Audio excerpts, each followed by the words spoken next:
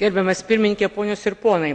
Pirmas sykį ES istorijoje debatais dėl totalitarinių režimų įvertinimo ES lygių siekiama, kad Europoje tiek nacizmo, tiek komunizmo nusikaltimai būtų vertinami kaip totalitarinių režimų siautėjimas, atnešę žalą valstybėms bei jų visuomenėms.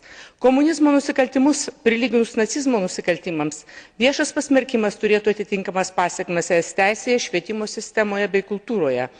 Europos nacistinių režimų įvykdyti nusikaltimai yra sulaukę visuotinio pasmerkimo, nacistinių partijų veikla uždrausta, o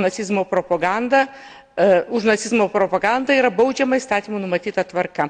Tuo metu komunistinių režimų žala iki šiol nėra tinkamai vertinta, kai kuriuose Europos valstybėse teisėtai veikia komunistų partijos.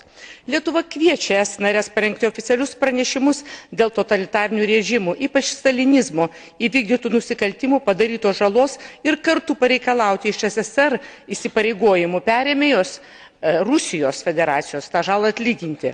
Pusę amžiaus trukusios sovietinės okupacijos žalą Lietuva įvertino 80 milijardų litų.